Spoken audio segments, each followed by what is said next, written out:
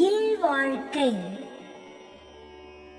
இல்வாழ்வான் என்பான் இயல்புடைய மூவர்க்கும் நல்லாற்றின் நின்ற துணை.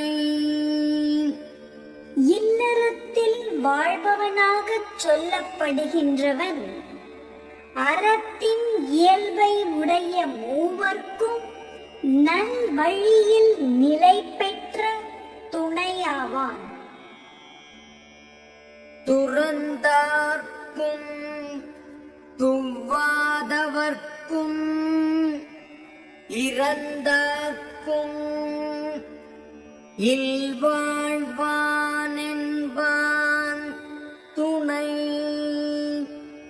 துறந்தவர்க்கும் வறியவர்க்கும் தன்னிடத்தே இறந்தவர்க்கும் இல்லறம் மேற்கொண்டு வாழ்கின்றவன் துணையாவான்.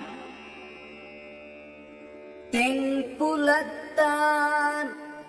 தெய்வம் விருந்து ஒக்கல் தாம் என்றாங்கு ஐம்புலத்து ஆறு ஓம்பல் தலை.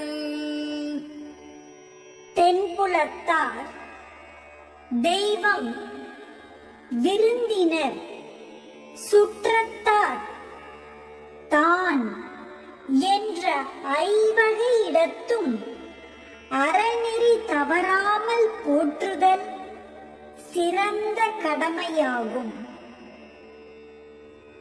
பழியஞ்சி பார்த்து உடைத்தாயின் வாழ்க்கை வழியஞ்சல் எஞ்ஞான்றும் இல்.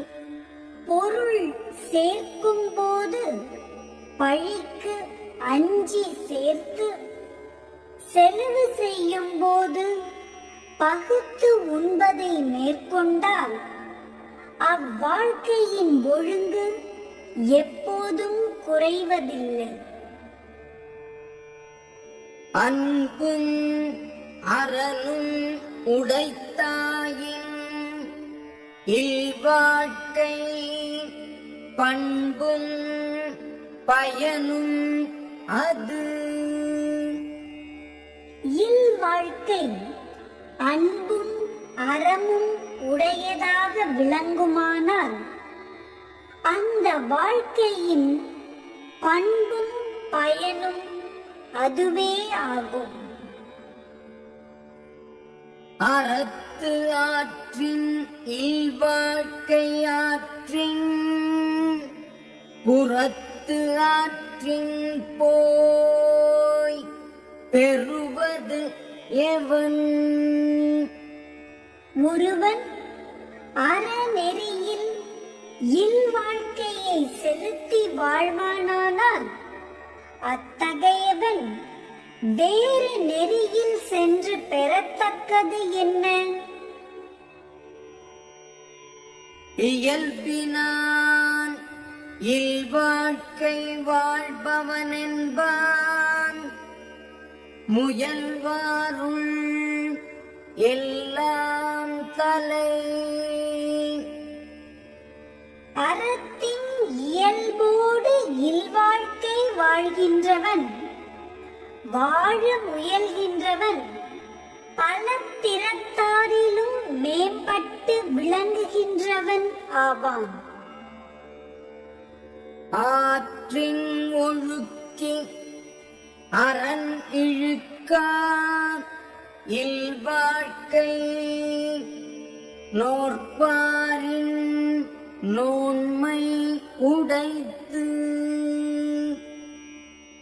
மற்றவரையும் அறநெறியில் ஒழுகச் செய்து தானும் அறம் தவறாது வாழும் இல்வாழ்க்கை தவம் செய்வாரை விட மிக்க வல்லமை உடைய வாழ்க்கையாகும்.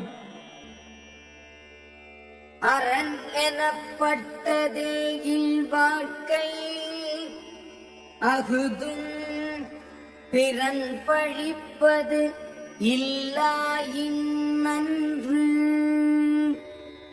அறம் என்று சிறப்பித்து சொல்லப்பட்டது இல்வாழ்க்கையே ஆகும். அதுவும் மற்றவன் பழிக்கும் குற்றம் இல்லாமல் விளங்கினால் மேலும் நன்மையாகும். வையத்துள் வாழ்வாங்கு வாழ்பவன் வான்புறையும் தெய்வத்துள் வைக்கப்படும். உலகத்தில் வாழ வேண்டிய அறநெறியில் நின்று வாழ்கின்றவன் வானுலகத்தில் உள்ள தெய்வ முறையில் வைத்து மதிக்கப்படுவான்.